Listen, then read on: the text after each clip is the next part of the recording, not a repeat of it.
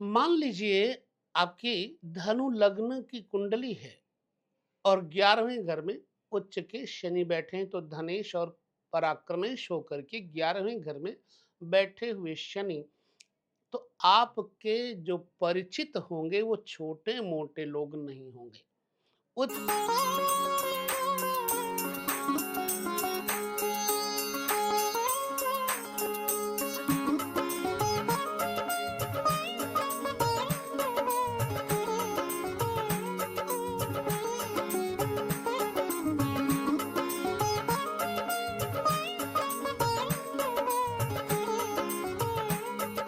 सभी दर्शकों को नमस्कार, जय श्री कृष्ण। 11वां घर है क्या, पहले तो हम जान लेते हैं।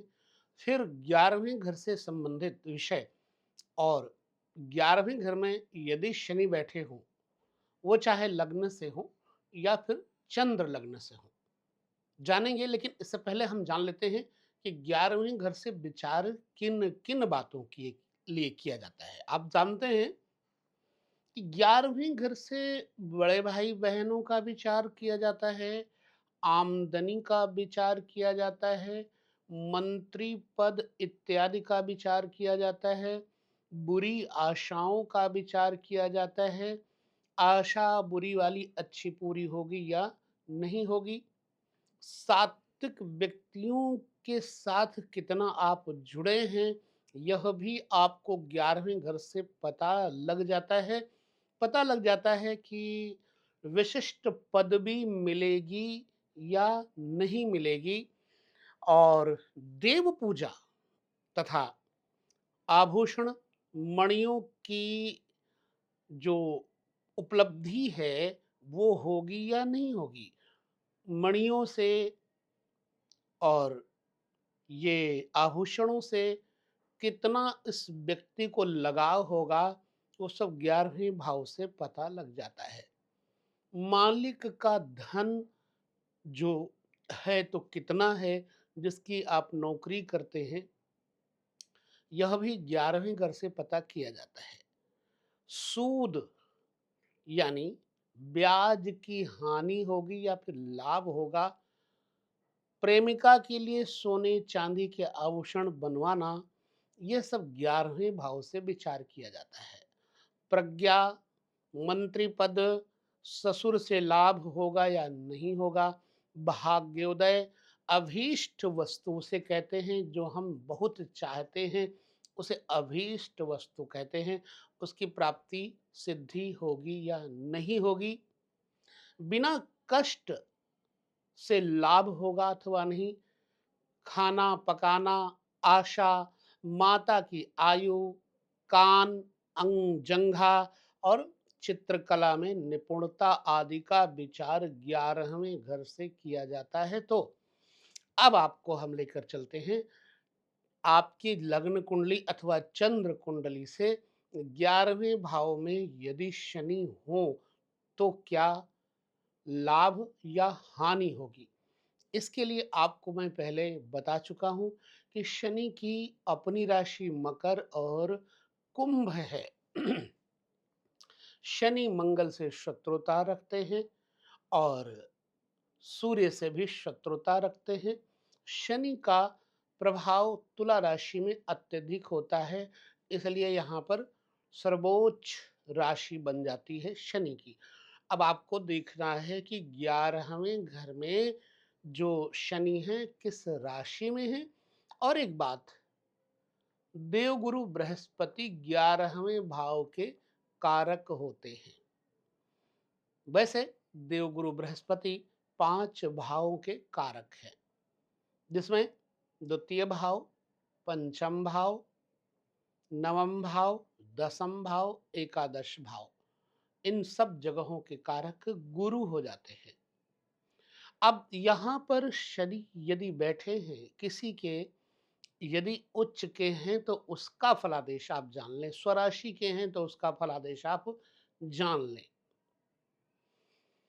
मान लीजिए आपकी धनु लग्न की कुंडली है और 11वें घर में उच्च के शनि बैठे हैं, तो धनेश और पराक्रमेश होकर के 11वें घर में बैठे हुए शनि तो आपके जो परिचित होंगे वो छोटे-मोटे लोग नहीं होंगे, उच्च स्तर के लोग होंगे, जिनसे आपकी सोची हुई आशाएँ पूर्ण हो जाती हैं।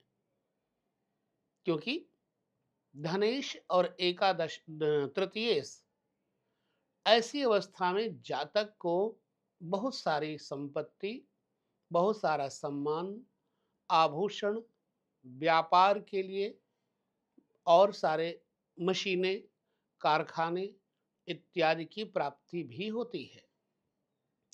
अगर 11वें घर में शनि बैठे हैं तो इसकी सोच चाहे अच्छी हो या बुरी, यह पूर्ण जरूर कर लेगा। अगर उच्च के हैं, स्वराशि के हैं,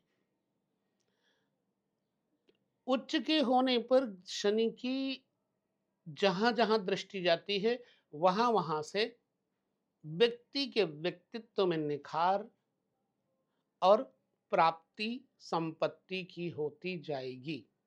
जैसे तुला में बैठे हुए शनि की तीसरी दृष्टि लग्न को देखती है।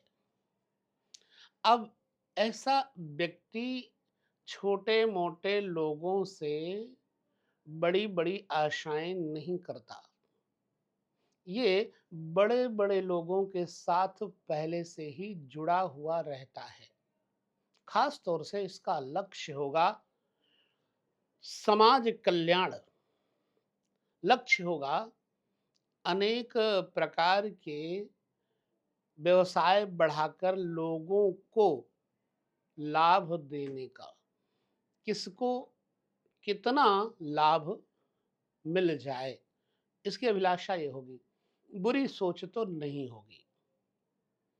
इसलिए ये कॉन्ट्रैक्टर भी बन सकता है, एक अच्छा फैक्ट्री मालिक भी बन सकता है, एक अच्छा ज्वेलर्स भी बन सकता है, धातुओं के बिजनेस से लाभ भी प्राप्त कर सकता है।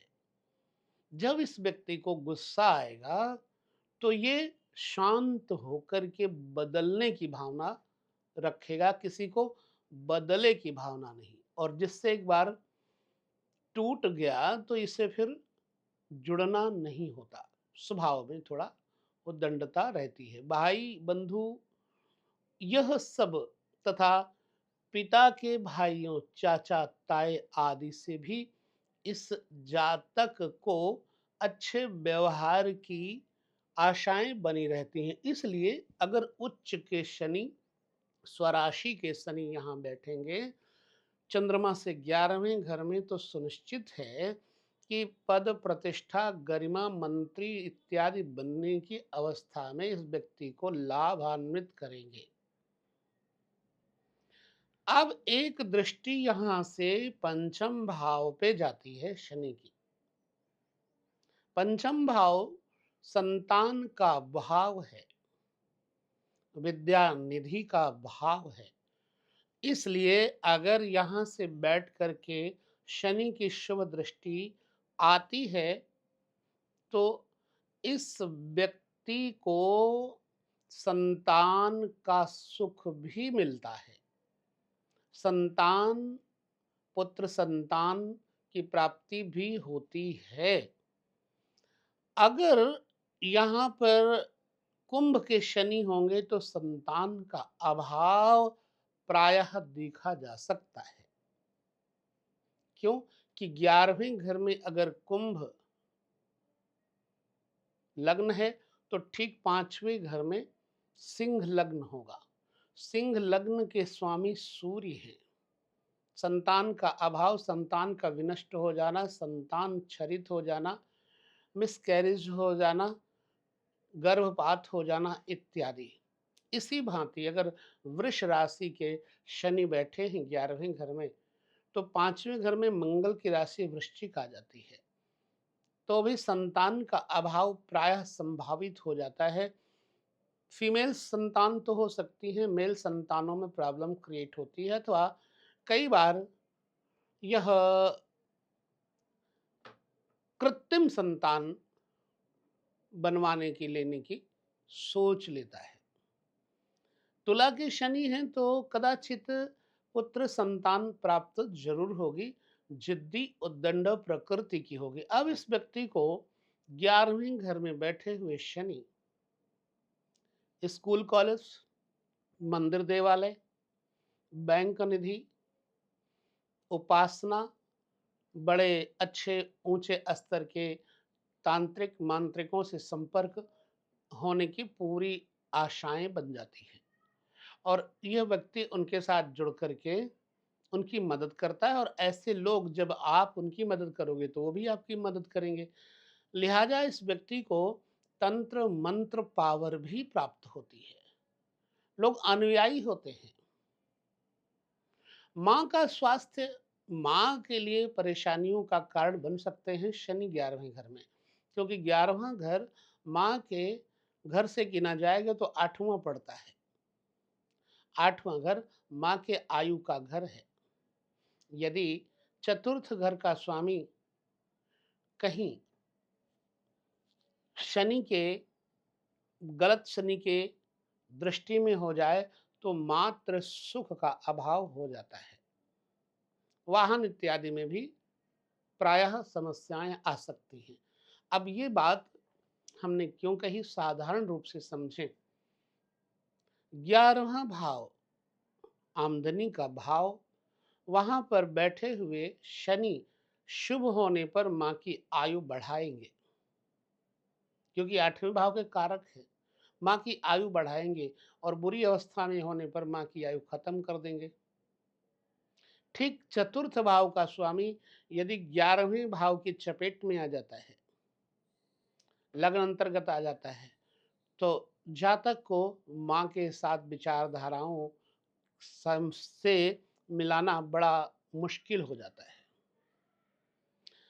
ऐसे जातक को, जिसका कि शनि शुभ 11वें घर में बैठा है, धन धान्य, स्कूल कॉलेज, संतानों के माध्यम से लाभ इत्यादि मिलता है। यहाँ तक कि लॉटरी के माध्यम से, सट्टे लगाने के माध्यम से, और साथ ही शेयर मार्केट आदि में धन निवेश करने से व्यक्ति को संपन्नता मिल जाती है। यहाँ से शनि की जो दसम दृष्टि है वो कहाँ जाएगी, इसे देखना होगा। अष्टम भाव में दसम दृष्टि जाएगी, चूंकि अष्टम भाव शनि का अपना कारक भाव है, इसलिए यहाँ जब दृष्टि शुभ अवस्था में होगी तो व्यक्ति के संतान पक्ष को थोड़ा बहुत दुख प्राप्त हो सकता है, क्योंकि संतान भाव से अष्टम भाव चतुर्थ पड़ता है। तो अब शनि की वह दृष्टि जब पुत्र के सुख भाव पर पड़ेगी तो पुत्र को स्वभाव में कटु बना देता है।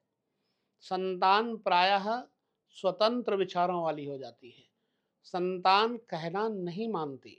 संतान चोर, जुआरी, शराबी इत्यादि भी हो सकती है, क्योंकि वहां से दृष्टि जो पड़ रही है। लेकिन जातक के पास अकस्मात धन कहीं से भी आएगा जरूर।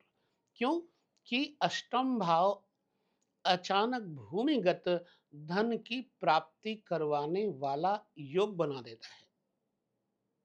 तो इस व्यक्ति ने बड़ी मेहनत करके, बड़ी सूझबूझ से व्यवसाय खड़ा किया, एक प्रतिष्ठा प्राप्त की, इसलिए इसके पास चर अचल दो प्रकार की संपत्तियां, जिसमें अचल संपत्तियां ज्यादा बन सकती हैं। तो 8वें भाव में शनि की दृष्टि से अचल संपत्तियां, केमिस्ट, डॉक्टर, मेडिकल स्टोर इत्यादि जमीनी जायदाद, जमीनी कार्यों के प्रति जातक को लाभ प्राप्त करते हुए देखा जा सकता है। यह बात शुभ शनि की स्थिति में कहा जाएगा। और एक बात है, शनि 11वें घर में बैठ करके जातक के जीवन साथी की योग्यता का भी लाभ और हानि का वृत्तांत कहेंगे। 11वां घर जीवन साथी के घर से 5वां घर है। 5वां घर विद्या, बुद्धि इत्यादि का है। तो आपका जीवन साथी यदि शनि शुभ है 11वें घर में, उच्च सोच वाला होगा, उच्च अवस्था वाला होगा, आपके साथ आपकी कमाई में बढ़ोतरी करवाने वाला होगा, फ्यूचर को बढ़ाने बनाने में सहयोग देने वाला होगा। अशुभ शनि की दृष्टि लग्न में तीसरी पड़ेगी। आय भाव पे बैठे हुए अशुभ शनि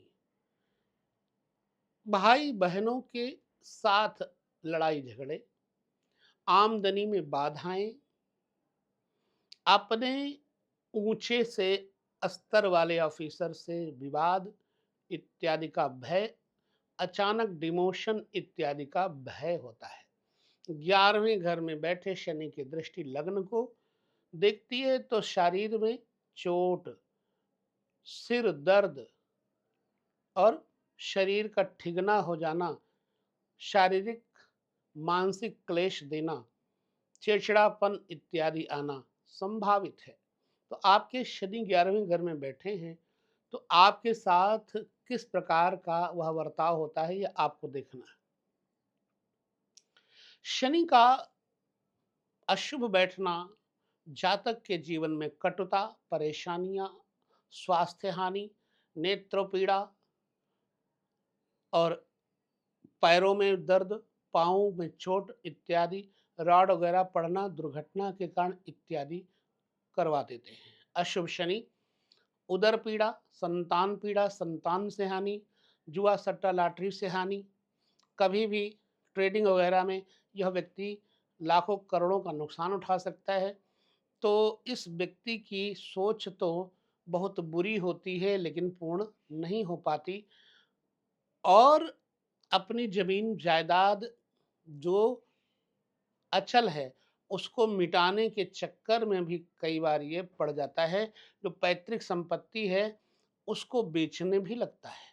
तो 11वें घर में शनि किस राशि के हैं, शुभ या अशुभ, और आपके साथ शुभ हो रहा या अशुभ, यह आपको खुद भी पता लग जाएगा। इन फलादेशों के अनुसार आपको अपने कुंडली में चंद्रमा से 11वें में शनि की अवस्था से समझ जाना चाहिए।